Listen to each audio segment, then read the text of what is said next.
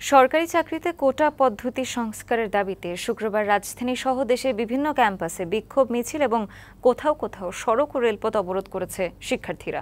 শুক্রবার বিকেলে ঢাকা বিশ্ববিদ্যালয় ক্যাম্পাসে মিছিল শেষে শাহবাগ মোড়ে অবস্থান নিয়ে 1 ঘণ্টা অবরোধ কর্মসূচি পালন করে আন্দোলনকারীরা। পরে কাল সকল জেলায় কলেজ, বিশ্ববিদ্যালয়ে অনলাইন অফলাইন বৈঠকের কর্মসূচি ঘোষণা করা হয়। এদিকে রাজশাহীতে রেলপথ অবরোধ করেছে শিক্ষার্থীরা। গোলাম মোর্শেদের প্রতিবেদন।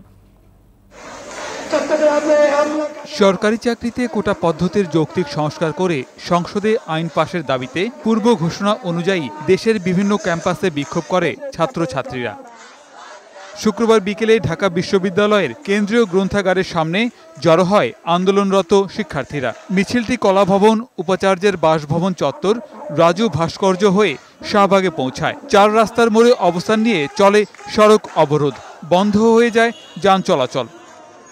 কোটা সংস্কারের 1 দফা দাবিসহ দেশের বিভিন্ন স্থানে অবরোধ কর্মসূচিতে হামলার প্রতিবাদ ও বিচারের দাবিতে এদিন বিক্ষোভ মিছিল ও সমাবেশের কর্মসূচি পালন করা হয়। আন্দোলনকারী শিক্ষার্থীরা বলেন, আদালত নয়, নির্বাহী বিভাগের কাছেই সমাধান চায় তারা। যে বৈষম্যের বিরুদ্ধে আমরা লড়াই করেছি, সেই বৈষম্যের বিরুদ্ধে 53 বছর পেরিয়ে গেলেও আমরা সেই পতনের শিকার হচ্ছি। এই আবেগ নিয়ে ফুটবলের মতো খেলছে, একবার লাঠি দিয়ে সংসদ থেকে হাইকোর্ট, আবার হাইকোর্ট থেকে সংসদ, এভাবে আমাদের আবেগ, আমাদের আকাঙ্ক্ষাকে ভেঙে দেওয়া হচ্ছে। ঘণ্টাখানেক অবরোধ শেষে আন্দোলনের নতুন কর্মসূচি ঘোষণা করা হয়।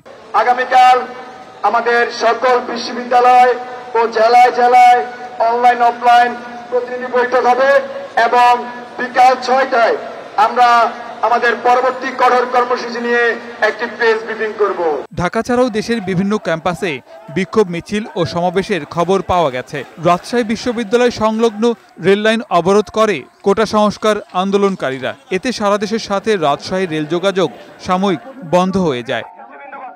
শুক্রবার কুমিল্লা বিশ্ববিদ্যালয়ের সামনের সড়কে বিক্ষোভ মিছিল করে শিক্ষার্থীরা। পরে কোটা সংস্কারের দাবি জানিয়ে ক্যাম্পাস প্রদক্ষিণ করে।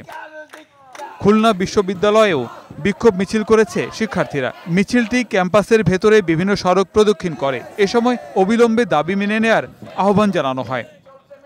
গোলাম মোর্শেদ, বৈশাখী সংবাদ, ঢাকা।